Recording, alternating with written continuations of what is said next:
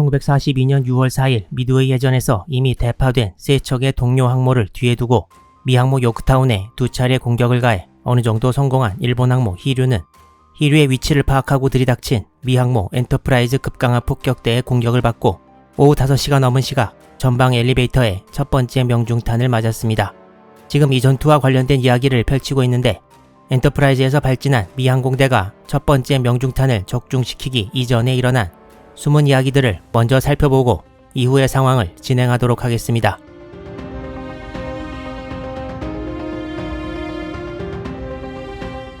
발견된 히류를 향해 돈틀리스 폭격기 24기를 발진시킨 엔터프라이즈. 미군 기록에는 엔터프라이즈에서 오후 3시 25분에 공격대를 발진시킨 직후 오전 일본 세 항모에 대한 공격에 나갔다가 귀향길에 올랐지만 요크타운이 히류 항공대로부터 공격을 당하는 바람에 착함하지 못한 요크타운 와일드캣 전투기들 중 일부를 엔터프라이즈에 착함시켰다고 되어 있습니다. 이때 엔터프라이즈에 착함한 요크타운 와일드캣 조종사들 중 하나가 바로 자신이 개발한 떼치위브로 이날 오전 일본 제로기들을 성공적으로 상대한 존 떼치 소령이었습니다. 떼치 소령이 엔터프라이즈에 착함한 것을 안 태스크포스 16 사령관 스프론스 제독은 떼치 소령을 바로 자신이 있는 엔터프라이즈의 함교로 불러 올렸습니다. 스프론스 제독은 떼치 소령에게 전투의 진행 상황을 어떻게 보냐고 물었고 떼치 소령은 일본 항모 3척이 불타고 있고 항공기 이착함이 절대 불가능이며 우리 쪽이 이 전투에서 이기고 있는 상황이라고 답변했습니다. 떼치 소령은 전후회상에서 자기 말을 들은 스프론스 제독이 미소를 짓는 듯 보였다고 말하고 있습니다. 스프론스 제독이 널리 알려진 대로 원래 워낙 차분한 스타일이어서 미 해군의 운명을 건 일대 회전에서 대승리를 거의 이루어낸 상황이었지만 살짝 미소를 짓는 것 이외에 감정 표현을 보이지는 않은 것입니다.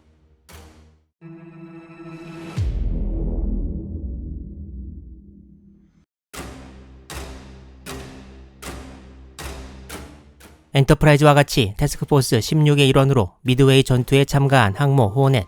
1942년 4월에는 B-25 폭격기를 싣고 둘리틀 공습을 성공적으로 수행했지만 6월 4일에는 전멸당한 뇌격대를 빼놓고 폭격기와 전투기 편대가 전부 목표를 놓쳐서 플라이 투 노웨어라고 후에 알려지게 되는 불명예를 당하고 있었습니다. 호넷은 6월 4일 오후에 전투기 편대는 전부 망망대해에 불시착했고 정찰 폭격기 편대 VS-8만 모함으로 귀환한 상태였습니다. 호넷은 이 폭격기들을 이용해 히류를 공격할 수 있었습니다.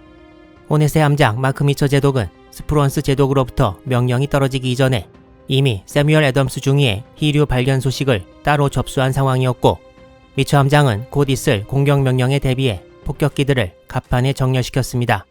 이 편대는 월터 로디 소령의 VS-8 폭격기 편대였고 비행갑판에 폭격대 정렬이 완료된 시각은 오후 2시 56분으로 기록되어 있습니다. 하지만 거의 같은 시각 미처 제독에게 연락이 도착하는데 오전에 망망대해를 헤매다 미드웨이까지 가서 착륙한 로버트 존슨 소령이 지휘하는 VB-8 폭격기 11기가 현재 호넷으로 귀환하고 있다는 것이었습니다. 이미 VS-8 폭격기들이 항모 뒤편에 자리 잡고 발진 대기를 하고 있는데 미처 함장에게 스프론스 제독으로부터 어떤 명령도 아직 오지 않은 상태였습니다. 출격 준비 명령도 없는 상태에서 미처 제독은 VB-8 폭격기를 먼저 착함시키기로 하고 갑판에 정렬된 VS-8 폭격기들을 갑판 앞으로 밀어놓게 됩니다. 이때가 오후 3시 10분이었습니다. 하지만 스프론스 제독은 이미 오후 2시 45분에 히류 발견 소식이 들어오고 나서 바로 엔터프라이즈와 호넷에 출격 준비 명령을 내렸지만 어떻게 된 일인지 호넷에 이 명령이 전달되지 않았습니다. 만약 출격 준비 명령이 제대로 전달되었다면 VS-8의 출격을 우선 수행했을 텐데 명령이 접수되지 않는 바람에 호넷에서의 출격이 늦게 되는 결과가 되어버렸습니다. 7분 뒤인 오후 3시 17분 스프론스 제독으로부터 오후 3시 30분에 공격대를 출격시키라는 명령이 내렸습니다. 여기에는 3시 30분에 출격 명령이 내려왔다고 쓰는 자료도 있고 엔터프라이즈에서 3시 17분에 호넷에 무전을 보내 3시 30분에 엔터프라이즈에서 발진을 시작할 것이라고 통보했다는 설도 있습니다. 어떻게 되었든 호넷은 VB-8 폭격기의 착함 때문에 공격대 발진이 늦어버렸고 오후 4시 3분이 되어서야 첫 폭격기가 발진을 시작하게 됩니다. 엔터프라이즈에서 오후 3시 25분에 첫 돈틀리스가 발진한 것에 비교해보면 38분이나 늦게 호넷에서 공격대 발진이 이루어진 것입니다. 오전에 이어 오후에도 호넷 항공대에는 무언가 이상한 기운이 감싸고 있었던 것입니다. 엔터프라이즈 폭격대보다 시간이 많이 늦어지자 호넷은 중간에 발진을 중지하고 처음 발진한 돈틀리스 16개만으로 편대를 이루어 히류로 향합니다. 호넷은 원래 가능한 폭격기를 전부 발진시킬 계획이었으나 폭격기가 한 대씩 뜨는 대로 바로 히류로 향하는 것이 아니라 상공이 모여서 편대를 이룬 다음에 진행해야 했고 여기에 시간이 걸리기 때문이었습니다. 원래 VSH 위관 월터 로디 소령과 호넷 전체 항공대장 스탠호프 링 중령도 중간에 발진이 끊어져 못 따라갔고 이미 출격한 16기의 돈틀리스 조종사들 중에서 가장 계급이 높았던 에드가 스테빈스 대위가 도중에 지휘를 맡게 되었습니다. 호넷으로서는 정말 귀신이 붙은 듯 끝까지 따라다니는 혼란의 연속이었습니다.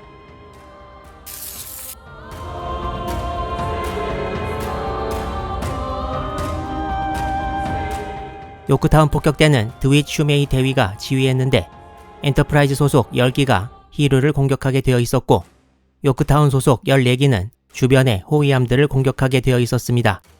아마도 갤러어 대위는 폭격기 2개 편대가 적을 동시에 공격할 때 각 편대가 다른 적을 공격한다는 당시의 전투 교리를 따른 것으로 보이는데 이와 관련해서 실제 히류 공격 시에 하나의 문제점이 생기게 됩니다.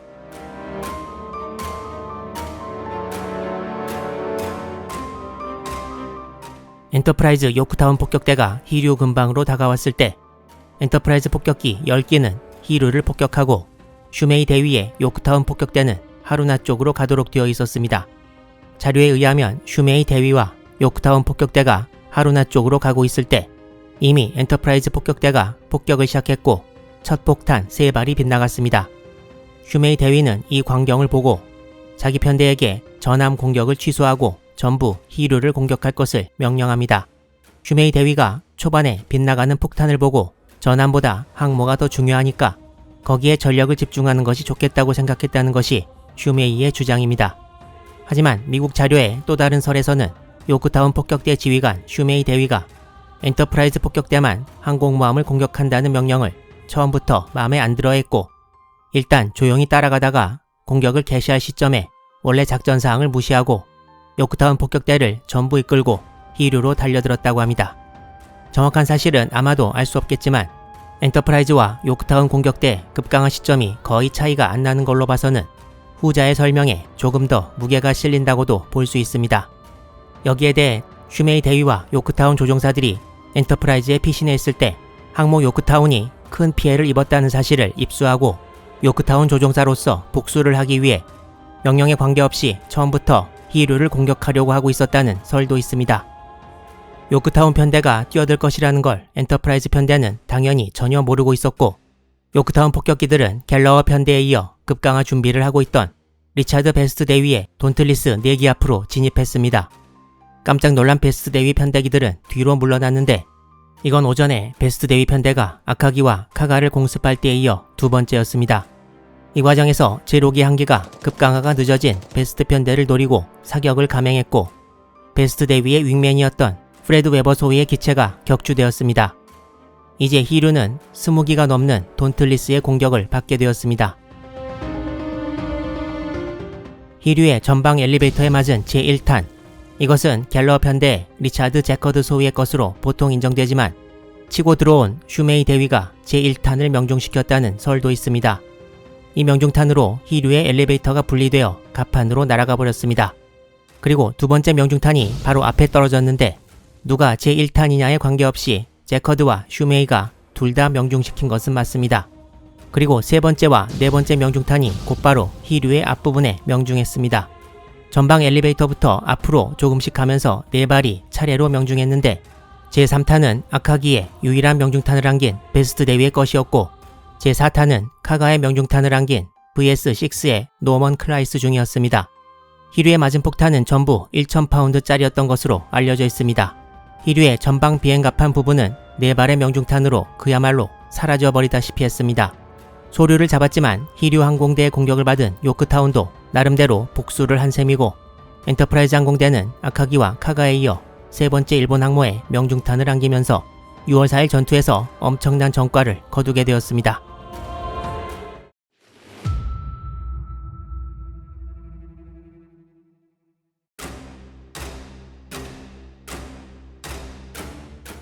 이 사진은 아마도 6월 4일에 폭격을 받은 일본 항모를 찍은 것 중 유일하게 남아있는 것이 아닌가 생각되는데, 바로 4발의 명중탄을 비행갑판 전방에 맞은 히류의 모습을 보여주고 있습니다.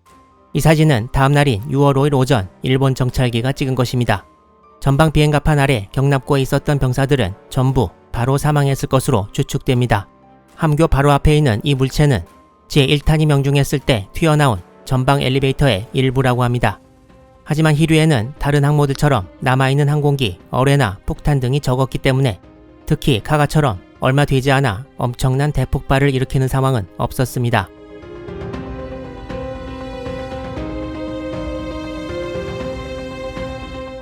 히류가 불타고 있는 가운데 오후 5시 20분 또 다른 미군 항공대가 나타났습니다. 바로 엔터프라이즈 폭격대보다 더 늦게 도착한 호넷 폭격대였습니다. 호넷 폭격대 지휘관 스테빈스 대위는 불타는 히류를 또 공격할 필요는 없다고 보았고, 히류의 남쪽에 있던 중순양함 토네와 치쿠마를 대신 공격하기로 합니다. 호넷의 돈틀리스 급강하 폭격기 14기는 두 일본함에 폭탄을 퍼부었으나 단 한 발의 명중탄도 내지 못하고 공격을 마무리 지었습니다. 6월 4일 아침부터 시작된 미 항모 호넷 항공대의 막장극은 이렇게 끝까지 아무 성과도 거두지 못한 채 막을 내리고 말았습니다. 일본 함대로 돌진했다 전멸한 월드론 소령의 뇌격기 편대가 호넷 항공대 중에서는 그나마 가장 열심히 전투에 임한 셈이 되었습니다. 이제 일본이 자랑하는 항공모함 4척은 침몰하는 일밖에 안 남았습니다.